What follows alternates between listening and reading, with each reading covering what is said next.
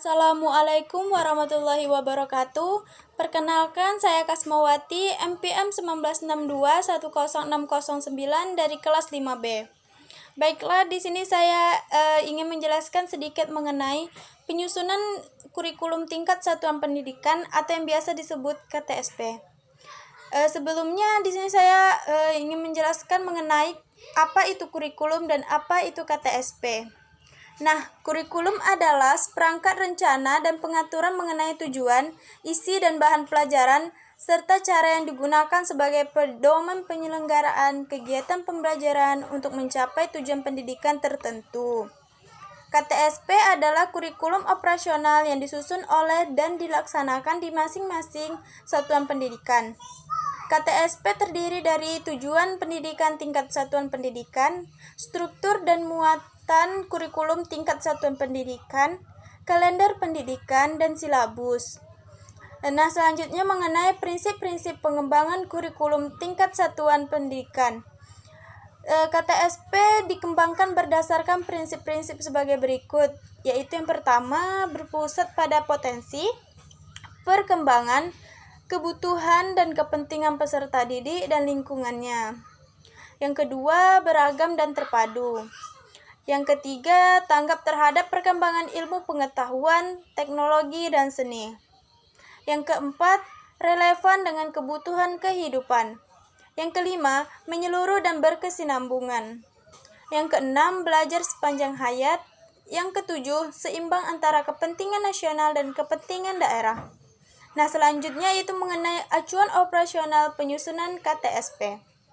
Acuan operasional penyusunan KTSP disusun dengan memperhatikan hal-hal sebagai berikut, yaitu yang pertama, peningkatan iman dan takwa serta akhlak mulia. Yang kedua, peningkatan potensi, kecerdasan dan minat sesuai dengan tingkat perkembangan dan kemampuan peserta didik. Yang ketiga, keragaman potensi dan karakteristik daerah dan lingkungan. Yang keempat, tuntutan pembangunan daerah dan nasional. Yang kelima, tuntutan dunia kerja. Yang keenam, perkembangan ilmu pengetahuan, teknologi, dan seni. Yang ketujuh, agama. Yang kedelapan, dinamika perkembangan global. Yang kesembilan, persatuan nasional dan nilai-nilai kebangsaan. Yang ke-10, kondisi sosial budaya masyarakat setempat. Yang ke-11, kesetaraan gender. Dan yang terakhir atau yang ke-12, karakteristik satuan pendidikan. Nah, selanjutnya tujuan pendidikan tingkat satuan pendidikan dasar dan menengah dirumuskan mengacu pada tujuan umum pendidikan sebagai berikut. Yang pertama, tujuan pendidikan tingkat satuan pendidikan, yaitu meningkatkan kecerdasan, pengetahuan, kepribadian, akhlak mulia, serta keterampilan untuk hidup mandiri dan mengikuti pendidikan lebih lanjut sesuai dengan kejuruannya. Yang kedua, struktur dan muatan kurikulum tingkat satuan pendidikan.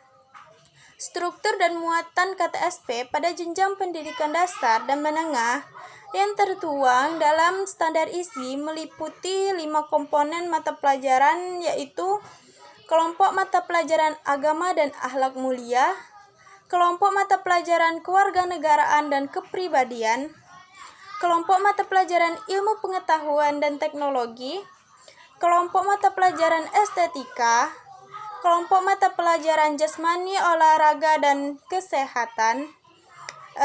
Kemudian muatan KTSP meliputi sejumlah mata pelajaran yang keluasan dan kedalamannya merupakan beban belajar bagi peserta didik pada satuan pendidikan.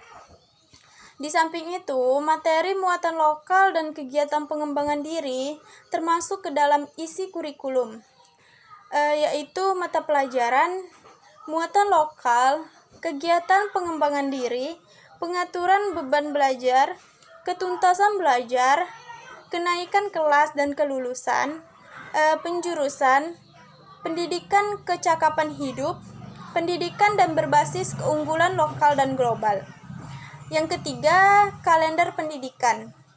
Satuan pendidikan dasar dan menengah dapat menyusun kalender pendidikan disesuaikan dengan kebutuhan daerah, karakteristik sekolah, kebutuhan peserta didik dan masyarakat, dengan memperhatikan kalender pendidikan sebagaimana yang dimuat dalam standar isi.